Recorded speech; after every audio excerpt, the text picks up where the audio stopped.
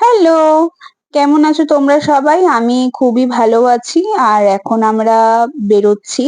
ওই এখন বাজে ওই দুপুর 3:30। তো আমরা বেরোচ্ছি সার্কাসে। আম আসলে ৪টে ৭টার শোটা আছে তার জন্য। আর তারপরেও একটা শো আছে ৭টা ১০টা, ওটা হলে না অনেকটা দেরি হয়ে যায়। তারপরে একেই ঠান্ডার সময় তো পিকুকে নিয়ে বেশিক্ষণ বাইরে থাকাটাও ঠিক নয়। এমনিতেই ওর কাশিটা এখনো কমেনি, তো তার জন্য আমরা ওই ৪টে ৭টার শোটাই গেছিলাম। পিকু তো দেখে খুবই মজা পায় এগুলো, আর ওর জন্যই তো আমাদের আসা।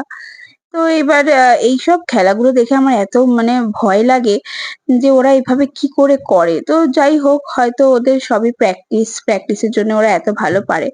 এই যে আমরা এখানে বসে আছি, পিকুর তো খুবই আনন্দ।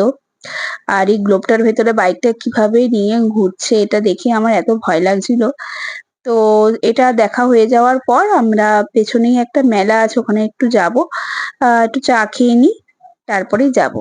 আর পিকু তো খেলনার দোকান দেখলেই দাঁড়িয়ে পড়ে। তো একটা খেলনা নিয়েও নিলো। নেওয়া হয়ে গেছে। এবার আমরা যাবো বাড়ির দিকে।